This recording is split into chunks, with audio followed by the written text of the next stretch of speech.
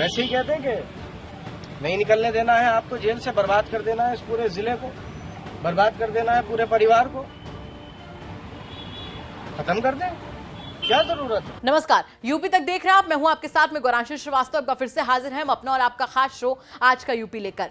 आज का यूपी बात होगी अब्दुल्ला आजम के बदले हुए तेवर की।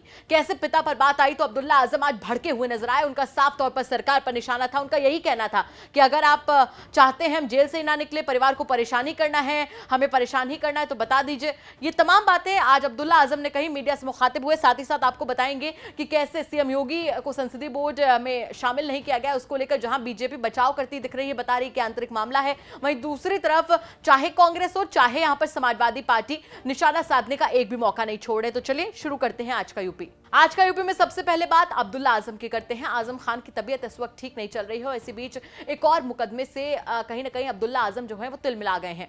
आज जब पुलिस अधीक्षक से उन्होंने मुलाकात के बाद वो बाहर निकले, मीडिया से मुखातिब हुए तो उनके चेहरे पर जो गुस्सा था वो साफ नजर आ रहा था, जो तेवर था वो साफ तौर पर नजर आ रहा था। उनका साफ तौर पर कहना था कि एक आदमी जो बीमार है, जो अभी भी कहीं ना कहीं अपनी हेल्थ को लेकर स्ट्रगल कर रहा है, उसको लगातार फंसाने की कोशिश की जा रही है। इन तमाम मुद्दों पर अब्दुल्ला आजम मुखर रूप से बोले और उनका जो गुस्सा था, जो नाराजगी थी पुलिस को लेकर, उनकी जो नाराजगी थी सरकार को लेकर, वो साफ तौर पर दिख रही थी।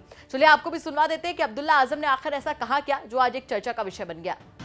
पूरा एक तमाशा चला था रामपुर में भी 3 साल पहले कि भैंस चोरी और बकरी चोरी और मुर्गी चोरी और तमाम मुकदमे आजम खान साहब के ऊपर और मेरे पूरे परिवार पर कायम किए गए थे और उन सभी का ट्रायल चल रहा है रामपुर में।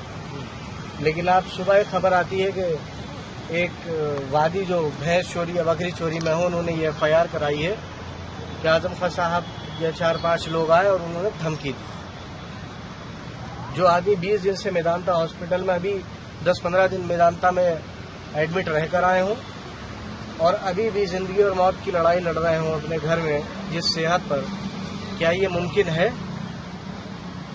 और अगर कानून बचा ही नहीं है तो बता दें कि कानून नहीं है, हमारा अंजाम क्या है ये भी बता दें। सब फैसला पुलिस ही कर दे, सब फैसला भैंस चोरी और बकरी चोरी के मुकदमे कराने वाले लोगों से ही करा दे।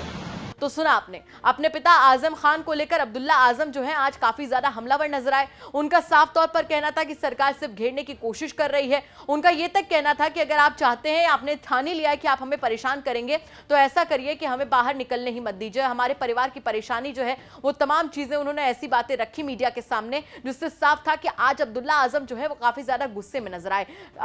आमतौर पर देखा जाता है कि अब्दुल्ला आजम बहुत कट्टू कट जवाब देते हैं, बहुत सधे हुए शब्द में बोलते हैं, बहुत सधे हुए अंदाज में बोलते हैं। लेकिन आज जो अंदाज नजर आया वो जरूर ये हम कहेंगे कि आगे आने वाले समय में जो अब्दुल्ला आजम में नया आजम खान लोग देखेंगे और अपने पिता को लेकर जो उनका आज कंसर्न था वो भी साफ तौर पर नजर आया। लेकिन यहाँ पर एक सवाल भी खड़ा होता है और वो सवाल ये है कि आखिर समाजवादी पार्टी इस मुद्दे पर कहाँ है? क्या समाजवादी पार्टी की तरफ से कोई ऑफिशियली स्टैंड सामने नहीं आना सियासत में एक नए सवाल को जन्म देता है? ये तमाम मुद्दे हैं जिसका जवाब तो शायद सिर्फ समाजवादी पार्टी ही दे सकती है। चलिए रुक कर लेते हैं आज का यूपी में आज की दूसरी खबर का। संसदीय बोर्ड में सीएम योगी का नाम ना होना अब एक चर्चा का विषय बन चुका है, राजनीति का विषय बन चुका है। जहां बीजेपी बचाव कर रही है, उसका साफ तौर पर यह कहना है, वो अखिलेश यादव पर निशाना साध रही है कि अखिलेश यादव का जब कुछ भी आंतरिक मामला होता है बीजेपी उसमें बिल्कुल भी बोलती नहीं है। साथ ही साथ ये भी कहा गया बीजेपी की तरफ से कि अखिलेश यादव को अपना ज्ञान बढ़ाने की जरूरत है। वो बीजेपी से हार कर कहीं ना कहीं निराश हो गए हैं। उनका साफ तौर पर यह भी कहना था कि ये बीजेपी का पूरी तौर से आंतरिक मामला है। सुनिए आप भी कि बीजेपी की तरफ से क्या पक्ष रखा गया।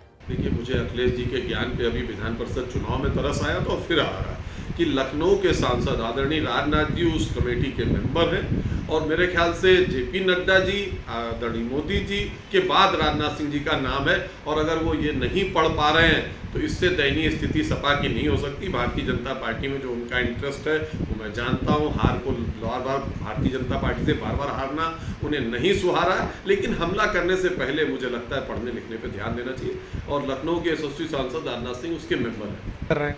देखिए, योगी जी के ना होने पे सवाल करना है भारतीय जनता पार्टी का आंतरिक मामला है कि कौन उस कमेटी में रहेगा, कौन उस कमेटी में नहीं रहेगा। हम अखिलेश जी ने जो भी अपनी कमेटी बनाई, भारतीय जनता पार्टी ने उस पर कभी सवाल नहीं उठाए। उन्होंने अपने पिताजी को क्या पद दिया, उनके चाचा कैसे निकाले गए, ये सार्वजनिक पब्लिक डोमेन में तो है, लेकिन भारतीय जनता पार्टी इस पर नहीं कभी सवाल उठाती। ये अखिलेश जी का अपना अधिकार है कि वो अपने चाचा और पिताजी को रखे या ना रखे। हालांकि बीजेपी बचाव कर रही हो, लेकिन जो विपक्ष है वो किसी भी कीमत पर कुछ भी छोड़ने को, किसी भी मुद्दे को छोड़ने को तैयार नहीं रहता। और ये मुद्दा तो विपक्ष ने पकड़ लिया था, जहां कांग्रेस और समाजवादी पार्टी दोनों की तरफ से निशाना साधा गया बीजेपी को लेकर।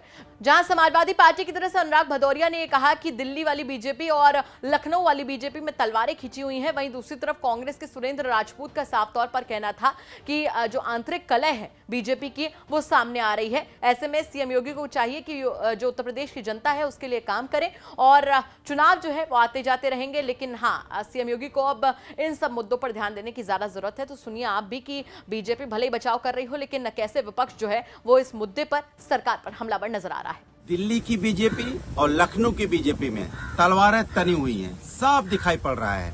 दिल्ली की बीजेपी ने संदेश दे दिया है लखनऊ की बीजेपी को कि अभी लखनऊ बीजेपी की एंट्री दिल्ली में बैन है। 2024 के चुनाव की आहट नजदीक आते ही भारतीय जनता पार्टी में कहीं न कहीं अंतर्कलह तेज हो गया है। भारतीय जनता पार्टी में पहले श्री नितिन गडकरी जी, श्री शिवराज सिंह चौहान साहब को बोर्ड से हटाया गया संसदीय दल के, और अब योगी जी को न रखा जाना, इतने महत्वपूर्ण प्रदेश के मुख्यमंत्री को न रखा जाना, अपने आप में कहीं न कहीं स्पष्ट संदेश देता है कि उत्तर प्रदेश की भारतीय जनता पार्टी को और योगी जी को भारतीय जनता पार्टी का केंद्रीय नेतृत्व किस नजरिए से या दोयम नजरिए से देखता है। आगे अंतर्कलह बढ़ेगी और कहीं न कहीं भारतीय जनता पार्टी को डैमेज करेगी। योगी जी को चाहिए कि उत्तर प्रदेश की समस्याओं पर ध्यान दें।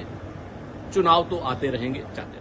तो आज का यूपी में फिलहाल हमने आपको बताया कि कैसे अब्दुल्ला आजम आज भड़के हुए नजर आए, अपने पिता को लेकर बहुत कंसर्न थे, साथ ही साथ सरकार पर निशाना साध रहे थे, पुलिस वालों को भी निशाने पर ले रहे थे। वहीं दूसरी तरफ हमने आपको दिखाया कि कैसे बीजेपी एक मुद्दे पर खुद का बचाव करती है, उसे अपना अंदरूनी मामला बताती है, तो विपक्ष जो है इस मौके को पकड़कर सरकार पर पूरी तरीके से निशाना साधने की कोशिश कर रहा है। आज का यूपी में फिलहाल इतना ही रखेंगे, हम कल फिर से हाजिर होंगे आपके बीच में आज का यूपी लेकर, जिसमें होंगी उत्तर प्रदेश की तमाम बड़ी खबरें जो डालती हैं आपकी जिंदगी पर सीधा असर। फिलहाल मुझे दीजिए इजाजत, नमस्कार।